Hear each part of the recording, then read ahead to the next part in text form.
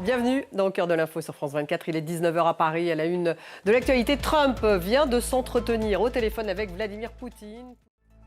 19h10, donc dans une dizaine de minutes, le débat il est consacré à l'opération Choose France à Versailles, organisée par Emmanuel Macron pour attirer des investisseurs étrangers. Quel est son impact? Est-ce la bonne méthode? Quelles sont les retombées finalement de l'attractivité de la France sur l'emploi et la croissance? Y a-t-il au contraire des risques de décrochage du pays? Le débat dans une dizaine de minutes. Donald Trump vient donc de raccrocher avec Vladimir Poutine. Il a eu le président russe au téléphone. Il a également eu Volodymyr Zelensky au téléphone.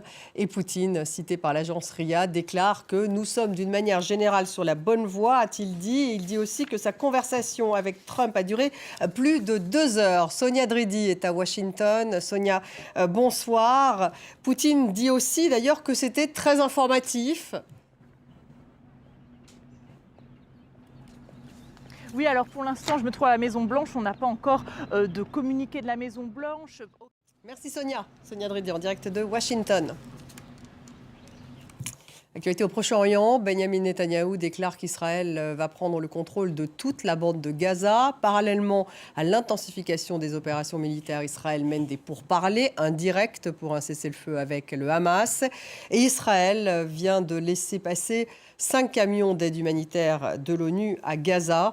Depuis plusieurs semaines, des agences de l'ONU, mais aussi des ONG internationales signalent des pénuries de nourriture, d'eau potable, de carburant, de médicaments dans l'enclave palestinienne. David Gilbert.